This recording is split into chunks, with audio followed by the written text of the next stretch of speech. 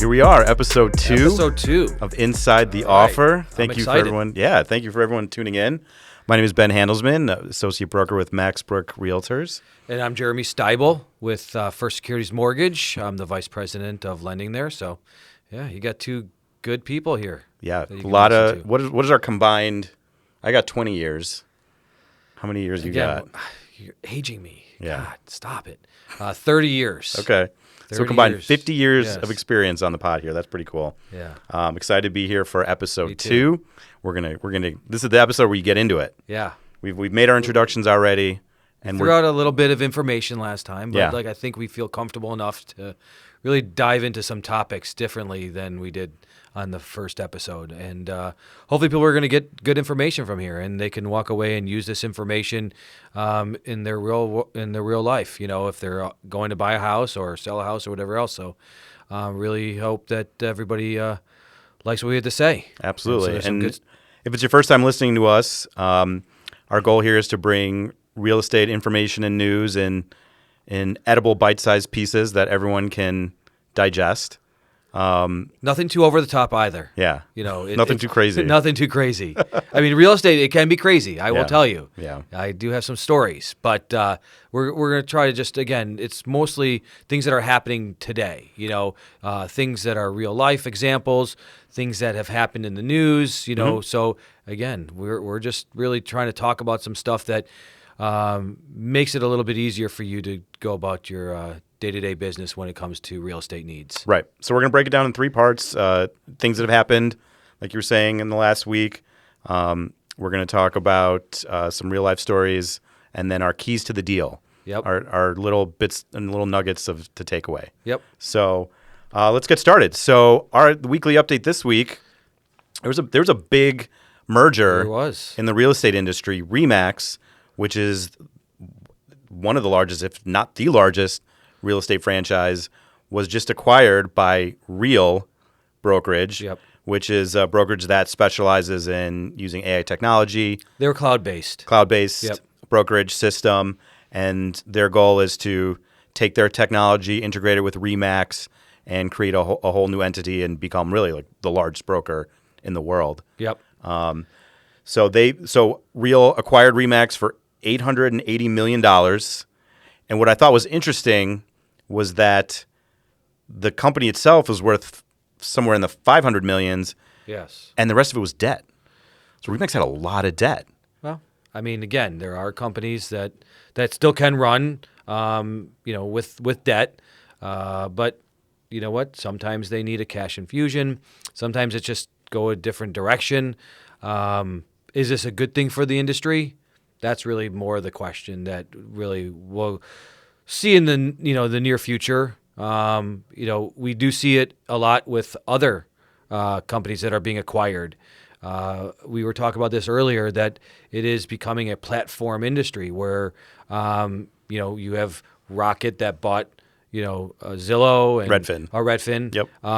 And then you have Zillow, who has Zillow Home Loans and whatever. So you Showing have Time. Yeah, so I have a- Showtime. So you have a lot of different places that have been bought because they're trying to make it all on their own platform. Yeah, it's sort of highlighting a trend Yes. in real estate is a lot of mergers and acquisitions. Yep. So I think this is just going to be one of many brokerages acquiring another brokerage. Like we talked about, Rocket buying Redfin, Compass bought Anywhere, Yep. which is Century 21, Coldwell Banker and Sotheby's, and then you're saying Zillow, Yeah. which also bought Showing Time, Showtime. which is our scheduling platform for those that aren't in the industry. When a buyer's agent wants to schedule a showing for their clients, they do it on Showing Time, which is the platform we use, and Zillow bought that out. So I think it's just highlighting a bigger trend, like I said, that more and more of these brokerages are going to be acquiring smaller ones. An interesting stat to take away: out of the top 10 largest brokerages in the country, only have 29% market share. So there's a lot of room for them to grow and acquire smaller companies. And I think we're going to see a lot of that in 2026. How that affects the industry and how that affects realtors and home buyers and home sellers. I don't know. I don't know that Yeah. we're going to see a huge change. I don't think there will be. I think it's more of an internal change of these companies trying to survive by acquiring other companies. And again, there's some companies that haven't kept up with the technology, and this is a way for them to help their agents. We were talking about this too. Being at one place as an agent makes you comfortable, and sometimes you don't know what you don't know, which is out there. And there are a lot of companies that are very forward thinking, and there's some that are just, hey, why fix it if it ain't broke, right? And so they don't know that there's other things that they could be doing to help their agents or whatever else. So there's a lot of stuff out there that will play its course, and we'll see. But I do think it is going to help because we are and should be a technology based. In respect to the fact that the behind the scenes should be technology based, right? I still think we need the person to person, the way that they sell. I don't think that's ever going to change. That's what I'm saying. I don't think that's going to change. Until so I think there are AI robots that can open up a house for you. You're always going to need a realtor to get you in. Yes. You're right. Absolutely. So I really feel that it's just the platform, the back end. But again, I hear from a lot of agents that that's what they're looking for. Right. Whether it's AI, whether it's cloud-based, it's a CRM that their company's offering, or social media or whatever else. There are a lot of companies that are offering this stuff to their agents. So it's a way. And we also know that there's a local brokerage here as well that's buying smaller mom and pop shops, because these mom and pop shops, again, just like in other industries, they can't survive, and they need that in either cash infusion or something to help their agents, because they just don't have all the answers or the money to do what they need to do to take their company to the next level. Yeah. So we're seeing a lot of these brokers. You're right, on the smaller scale and the bigger scale, trying to scale their company and to compete, because they're seeing all their competitors acquiring smaller brokerages. So if you're not doing the same, then you're falling behind. Correct. And it also kind of highlights kind of a back end change, how it's not as much about the relationship anymore. It's about the platforms. Yep. And the relationship is what you leverage to get them on your platform. So what I mean by that is, it's not just that typical I'm your real estate brokerage and I help you buy a house and we're done. They are acquiring mortgage, insurance, title, all the things that are associated with the home buying process. They want to own the whole platform, and integrate that all in there. Exactly. Yeah. Exactly. Which, again, as a mortgage broker, I don't agree with, because I think people need to have choices. Right. I do understand why they're trying to do it, but again, that doesn't give the clients the ability to shop if that's going to be the case. So there's it's a double-edged sword, and so I understand why some of it has to happen, but again, I think ultimately for the consumer, they need to be able to know that they still can shop for a lot of these services. Right. All right. Well, we wish them luck, and we'll see. We'll keep an eye on it and see how this helps evolve the industry and what comes next and things like that. But it's a really interesting sort of direction that things are going. I feel like every time I open up my internet browser, there's a real estate company buying another real estate company. Yep. So I think you're going to continue to see more of that over the next year or two. So very interesting. Okay. What else you got? Other thing in the news is the Federal Reserve just met. Yes, they did. Decided to keep rates the same. This is your wheelhouse. This is it. So tell us a little bit about that meeting. What consumers can expect, and dive into that a little bit. Yeah, the Fed met last week. They kept the rates the same, which is what everyone was expecting. Exactly. And there were some dissenters that said, hey, we think that maybe, I think there was one that said it should be higher. There was one that said it should be lower. So again, you have people that are not always going to be unanimous when it comes to these decisions. Which is interesting, because usually it oftentimes is unanimous. So the fact that there was some dissenting opinions going in all kinds of directions is very interesting. Correct. But realistically, they kept it the same because of inflation. Inflation is very high. We know this because of the war. Whether you're for the war or you're against the war doesn't matter.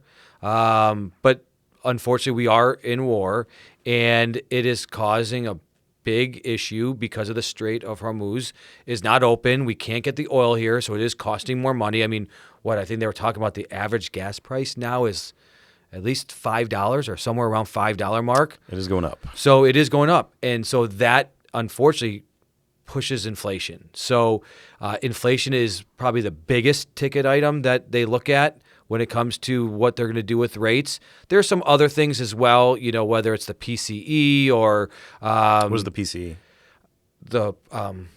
I'm glad Price you asked Consumer that. Index? Price Consumer Index. But I was trying to think of also the other thing. It's the consumer sentiment. Okay. So I was thinking that at the same time. So the consumer sentiment. So there are other things that go into some of the indicating factors of what could happen. But really, it's right now, inflation is driving it. And if you have a mortgage rate right now that was at, let's say, the going rate was 6.25 after last meeting. That was about the average going rate on a 30-year fixed. Rates now, as of yesterday, went up almost 0.25% to 6.5% because of the talk of the war escalating. So it's not just, hey, the Fed kept the rates the same, so rates are going to stay the same. They're moving all the time. Right. And again, after the Fed met, it seemed like, okay, maybe the rates could get a little bit better, stay in the same area, but we're all about news.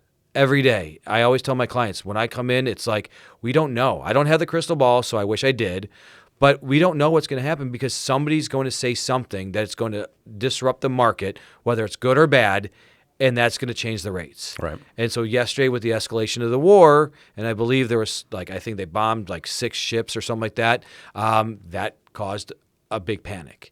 And that says, hey, more inflation, higher costs, hey, rates are going to go up. So we don't necessarily follow the Fed rates when we look at mortgage rates. Right now, they're following the 10-year Treasury bond. That's more of what it is. It's loosely based. We are still a commodity that is traded. So I do watch the MBS, which is the mortgage-backed securities.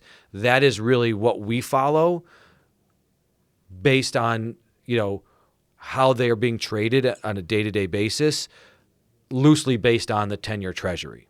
Okay. So I have a system that I follow every day. I log in, and it's like the stock market. I just watch what's happening all day. And sometimes there's no news is good news, and we're just going and humming along. Mm-hmm. And as of yesterday, we were getting alert to lock because they're telling us, hey, something's happening. All of a sudden, the mortgage-backed securities are now down. They're being traded less when they're not worth as much. People don't want them. Right. Rates are going up, right? So it was going down, and next thing you know, you're like, oh, great. Now the rates are going up, right? Right. So again, it has nothing to do with what the Fed said. And a lot of times what happens with the Fed, our rates are already baked into that before that. So right. They already know, hey, we're assuming that the Fed is going to keep the rates the same. So because of that, rates stay in the same area. Sometimes they may get a little bit better because they're like, okay, they're going to keep them the same, but maybe they're still anticipating rates dropping in the future. All of a sudden the Fed meets, and then you hear now something saying, okay, well, maybe the rates aren't going to drop in 2026. That also changes the market. So again, things are usually baked into it until something is spoken. Yeah. So it's interesting how much rates are affected just by anticipation. So it's not like the Fed meets, they raise the rate by 1/4 point, and then mortgage rates go up 1/4 point. No. It doesn't work that way. It's the sentiment. So if the idea is that the Fed's going to meet next week and lower rates by 1/4 point, they've been lowered based on the sentiment. Correct. Before they've even had the conversation. Correct. And then unless something is said differently during their little Fed talk after the decision, then all of a sudden, again, it could spook the market. Right. So, but we just, and I always say, you never can time the market. Just the same thing with stocks, you can never time the market. You just have to be happy with what you're getting. Right. And if you can afford the payment, just do it. There is a saying that I don't always agree with. What's the saying? The saying is date the rate, marry the house. Right. We've all heard it. We have all heard it. And I agree in one respect. If you can afford the payment, go ahead and buy the house at the higher rate, knowing that if and when rates come down, you can always refinance and you'll have a lower payment. I don't want somebody buying a house saying I can't afford it, but knowing that the rate is going to come down so I can afford it eventually. Right. That's where I don't agree, right? So as long as you're working with somebody, a true professional that basically says, hey, can you afford this? Let's look at your debt-to-income ratio. Let's look at your bills. Make sure you can afford it at the higher, knowing that if it gets any better, you're golden. Yeah. So that that saying is a good saying if it is done correctly. But we don't know. We're assuming that the rates are going to go lower. But also, I tell my clients, if you're going to wait for rates to go lower, just be prepared because if rates go lower, values could go up. Because as the lower the rates come down, they can afford more, which means now they can bid up the prices. Right. So that's where again, date the rate, marry the house, because you're buying the house at a discounted value based upon what the value could be if rates go lower. So buy it at the discounted value now with the higher rates, and then refinance when the rates go down. Right. And you made a good point, too. If rates did go down, that means buyers have more access to money. You have more buyers in the market. That means prices will go up. And people that are waiting to sell their house because they're sitting on those 2.5-3% interest rates, Right. which I guess they did come out and say that there are more people over 6% than I think under 4% now. Oh, interesting. Yeah.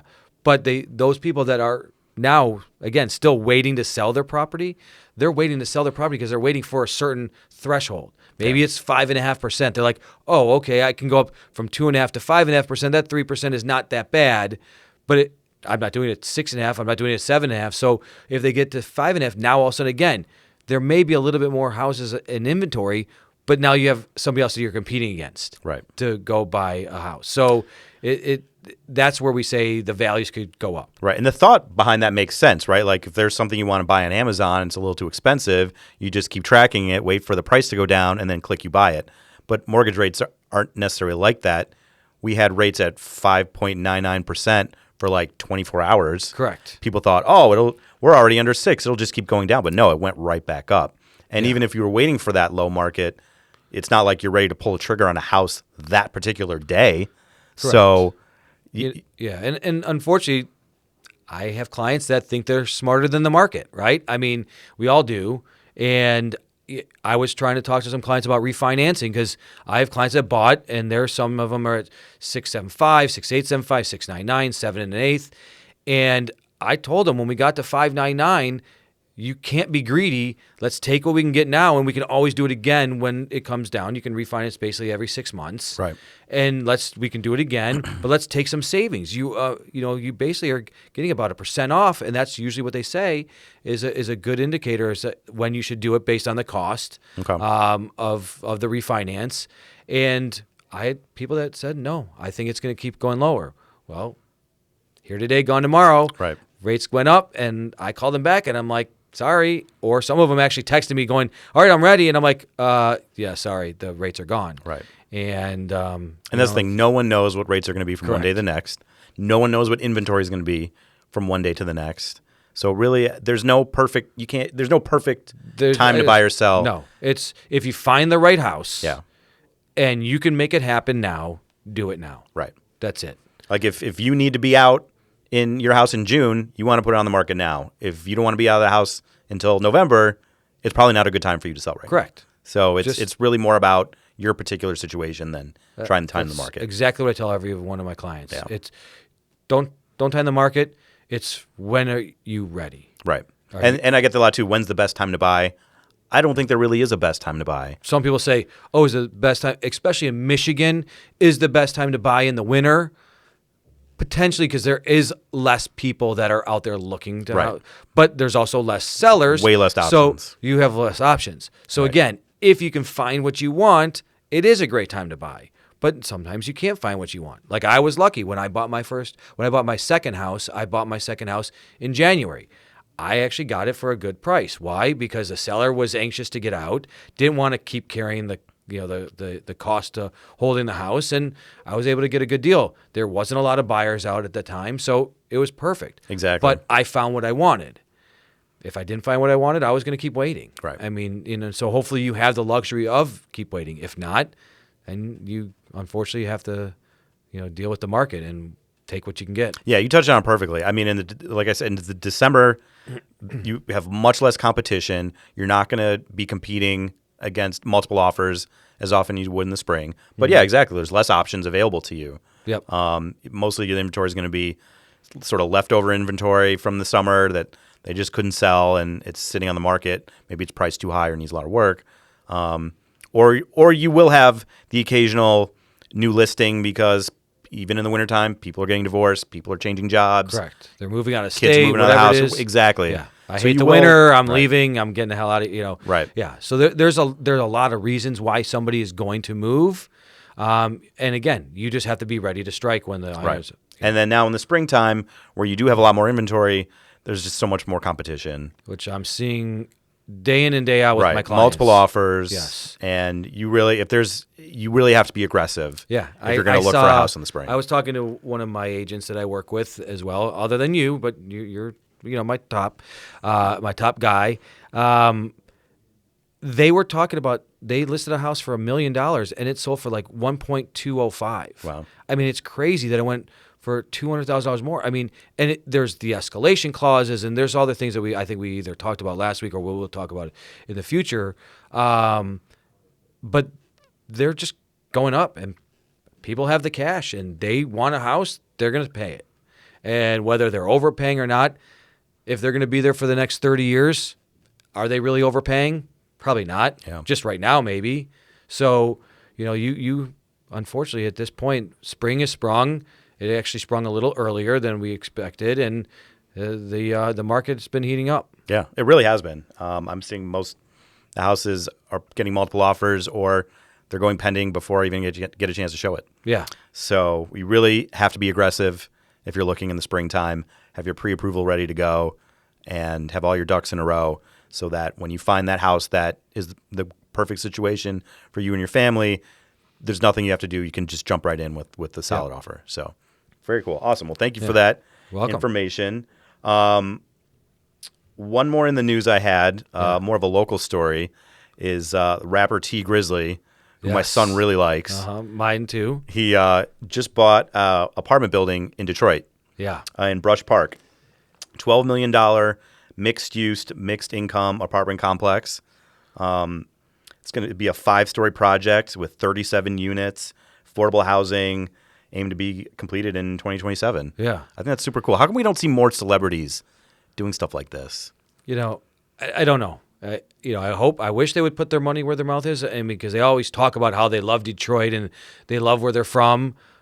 I don't even think T Grizzly is from Detroit. I think he's from like Kentucky and lived in Lansing for a while. Yes. And then According to his song. I don't yes. know. I'm not his biographer, but I don't know, haven't done that much research.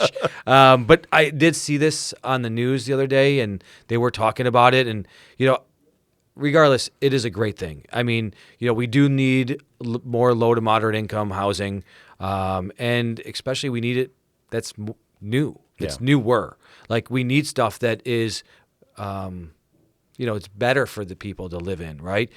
You hear a lot of times when we see it on the news, house fires, or you see apartment fires, or you see all these places that just are not being kept up, and you feel bad for the people that are living there because they need a place to live, and they're having a very rough go of it. Yeah. I can pinpoint numerous stories that I've seen on the news that it just makes your heart break. Yeah. But somebody like T Grizzly that's coming out and actually doing something and is building something new for these people, that's fantastic. I think that's super cool. And I know to all the celebrities that are listening to our podcast, Yes, you don't please. you don't need that extra Please. necklace. Yes. You don't need that extra Lambo. Buy some land, build some affordable housing, and Get the make your mark, appreciation, because yeah. this is what people are going to remember. Yes. No one's going to care how many cars you drive, how big your house is, all that stuff. Drake's got the $700,000 bed. Yeah. Like, no one cares about that. But I read stuff like that. I think it's so cool. Yeah. that he's like doing something like this. And it's good for the city. Yeah. City's getting good publicity. Tax revenue. Yeah. So absolutely. there's a lot of things that come of it. And yeah, we hope that maybe more people will follow. But you know what? Hey, good for him. Yeah, that's super cool. Yeah, I like it. So, okay. And then on to our last part of the day, which is our keys to the deal. Yeah. Did we? Or no, we didn't. No. Sorry, I'm back up. We didn't talk the real life stories. Oh, yeah. Do you want to? Yeah. We'll edit this. Okay, we can edit this. Okay. So one of the things that we also talk about during our little podcast is the real life stories that we see on a daily or weekly basis. And one of the things that I wanted to talk about, which we sort of kind of, as we prepped our show, talked about this, again, goes into the multiple offer issue. And you have to make sure that, as if you're buying a house, you have to make sure that you are being represented well by your real estate agent and by your lender, because you need every single advantage that you possibly can have going into these multiple offers. And I have a client right now that unfortunately he's lost a lot of multiple offer situations, and I don't fault him for what it is, because again, sometimes there's got to be a limit to what you're offering, and if somebody wants to go above, so be it. Let them have the place. It sucks because most buyers unfortunately fall in love with the house. That's why they're making the offer, and it becomes something that is a more of a personal feelings that get hurt. They didn't accept my offer, Right. That type of thing. And the thing with these multiple offers, some people may not know, is when you're bidding on a house and there's multiple offers, you don't know what the other offers are. It's not like an auction where you see what the other guy's spending and then maybe go $5 or Price is Right, go $1 Correct. above or something like that. You don't know what the next guy is bidding. You don't even know how many offers there are. So maybe the listing agent will give you some information. Maybe they won't. Maybe they tell you what you need to be the winning bid. Probably they won't. And so you just have to put your best foot forward without having any idea what anyone else is bidding. So what I usually tell my clients is put in a number that you feel comfortable with, that it's sold. If it's sold for $1 more to someone else, you could live with that. correct. That's really the only way to approach it. Yeah, and I was going to say the exact same thing, because they don't know. And this client thought that we knew where the top dollar was and couldn't believe that we didn't go above, right? Or whatever it is. Like, no, we don't know. And there's no way to know. Most agents aren't going to tell you, hey, come at this price, they'll take it or whatever else. But that also leads me into the other part of it. If you don't want to get into a bidding war, talk to your agent about off markets. Maybe there is something, a lot of offices have weekly meetings where they talk about, hey, I have an upcoming listing here. I have a couple, these are what they call off markets because they haven't hit the market yet, and you may have an opportunity. They're not even coming soon yet. So they're not on the MLS. They're not on Zillow. Yes, correct. No. So it's, hey, I may be listing this house in a week, right? We're just getting the pictures ready or whatever it is. Hey, I have a buyer that's looking at some, this house, they love it. It's in this area, or it's got 4 bedrooms and 3 bed, whatever it is. Can I take my clients to see it? Oh, yeah, fine, right? And then maybe you can put an offer before it goes to market, because if you can put an offer that the seller likes, they may take it. And now it doesn't go to market. You don't have to worry about multiple offer situations. So talk to your agent, see if they find off-market listings. Like I said, hopefully your agent's been in the business for long enough and they have other agents that they know, whether it's at their office or maybe at other offices, other brokerages, and you can always reach out to them too. But, it's a tough thing. So this client that I actually got him under contract with, who lost out on multiple houses because of multiple bids, I took it upon myself because I was trying to help him and the agent out. And I reached out to my agents that I know in the business, and we found him an off market. He made an offer and it got accepted. That's pretty cool. So it does happen. And again, this is and why. for the people out there, mortgage lenders, they don't do this. They don't check off market coming soon listings for their clients. They put the mortgage together. And maybe you get Send them a on bottle their way. of wine at closing. Yeah, send and them that's on their it. way. Yeah, that's it. I mean, no one does what you do. No one does that. No one is searching for inventory that's off market that may be helpful for their. I created this thing called the care process, which is creating a referable experience. And in order to do that, I have to go above and beyond for my clients because I want them to know that I do care about them, not just, hey, I want to do your mortgage, I need to make money. No, I care about them because this is where they're going to be living for potentially the next 30 years. This is where they're raising a family. They're, whatever it is, their grandkids are going to be coming over. I know that this is a very special thing and it is the biggest asset they have. So if I can be a part of that, that's where I'm going to be. Yeah. And yes, unfortunately, there's a lot of mortgage people, just in every business. There's a lot of people that are just in it for the money. They're just in it to win the deal or whatever it is. And that's it. They move on. And that's not how I do my business. And I know that's not how you do your business. So again, I just try to make sure that if I can be of any assistance or as much assistance, I will be. Yeah, I sort of take that same approach. I get a little bit emotional about some of these transactions. Yeah. I can't help it. I'm a father. I just can't help it. Whenever I sell a house to like first-time home buyers, young families, I just can't think like you're going to raise your kids in this home. Yes. Like I was a small part of that. Like for me, that's a big part of why I love doing this. Yeah. Is that you're helping people create these memories and create new chapters in their lives, and I just think that's so cool. Yeah, it's funny because like there's times where like I'll be driving around and I'll say to my wife and my kids like I financed that house, and they're like you did like, but it's something that I feel comfortable about because I can see like I remember from the pictures of the appraisal like they changed the front door, they changed the landscaping or whatever it was, and now I'm like they are doing these things to the house, they're making it their own and whatever, and to me that is the most important thing that I could ever feel good about is that I know that I really helped somebody get into their dream place. Right. And I don't have any delusions that I have some big important job like an ER doctor or something like that. But it makes me feel good that I've had clients that are doctors, I've had clients that are professional athletes, I've had clients that are all over the place that they do what they do and then they come home to the house that I sent that I may not them. be curing cancer, which hopefully they find a cure, right? But I feel like that doctor has to come home and take a load off, right? He had a stressful day. He doesn't need to think about his house. I want him to come home and be like, this is where I live, right? This is where I get to put my head down or whatever he's doing. And that is, that does it for me. It's not every agent, not every lender. Yeah. But hopefully if you're out there and you're listening to our podcast, find somebody that you really that cares, and that you can kind of and you can relate tell. to. I mean, it's an authentic, correct emotion. I mean, does this person truly care about where I truly care about where I live, or are they just selling trying to get a commission check? So it's oftentimes pretty obvious. Yep. So, okay. I mean, the keys to the deal this week.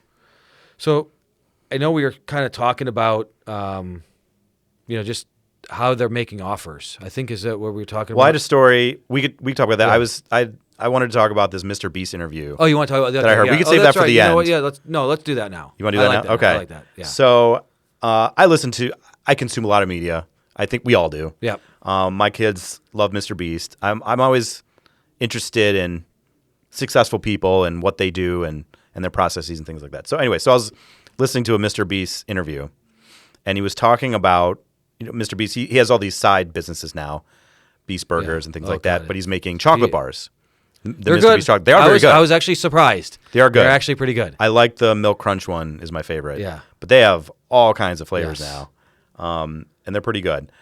So Mr. Beast had this problem where he would go to Walmart or whatever, and all the Mr. Beast chocolate bars on display were all broken. So he's thinking, wasn't kids just picking them up and throwing them on the ground? That's what he assumed, or the Walmart employee or whatever store they were in. I think he was talking about Walmart in particular in this interview, but they're everywhere. Yeah. I see them at 7-Eleven. That particularly in Walmarts, they were on the shelves and they're all broken, and he assumed it was the Walmart people, how they were, putting the inventory or whatever.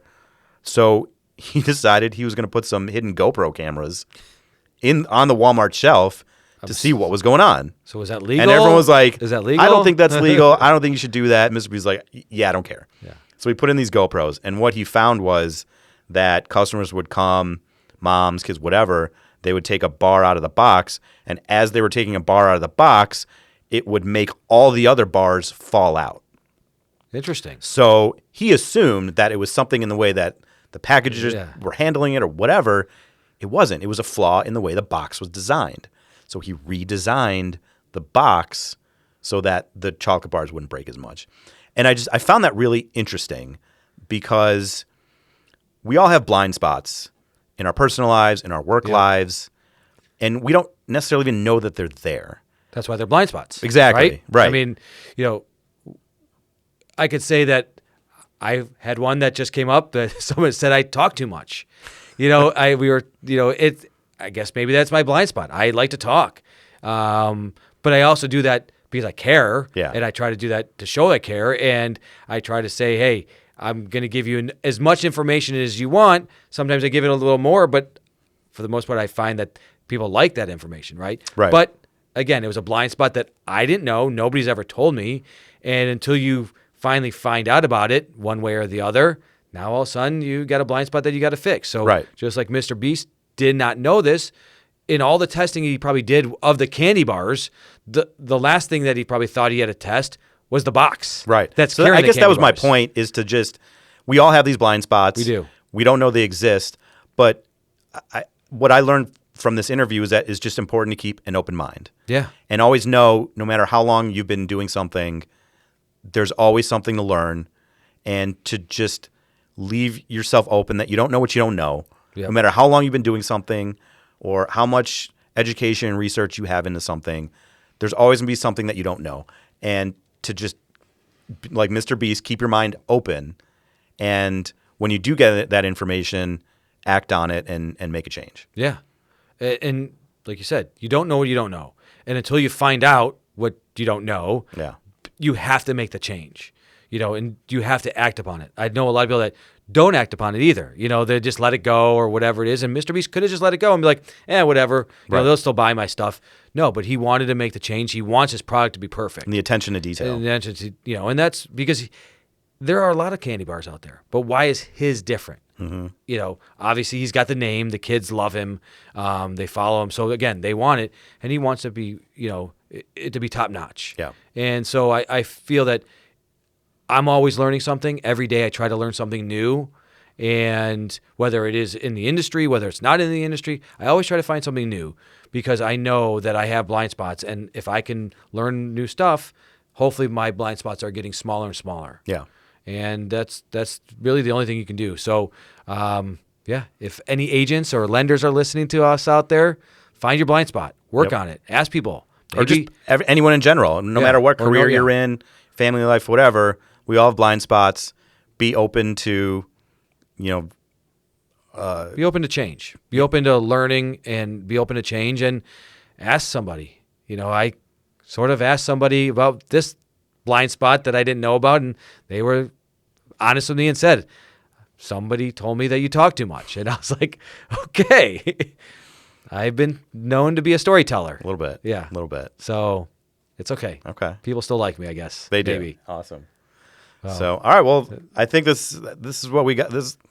Another. I think it's been a solid episode 2. Yep. You have anything else to add to our show today, or? No, I think we did a good job. Hopefully, again, everybody got something out of this, whether it was the informational piece about the real estate market, and then there's obviously some information about what's going on with rates, and then something to do with, hopefully changing their life or their career and finding their blind spots. But we hope you did. And, we're looking to expound on this as we grow our reach, and, hopefully bring in, again, we're trying to bring in other professionals that you can hear from their perspective and what they're seeing in the real estate market as well. Absolutely. So awesome. Well, thank you, everyone, for tuning in. Jeremy, appreciate you as always. Always good to be with you, Ben. And we'll see you next week. Yep. Cool. See you later. All right.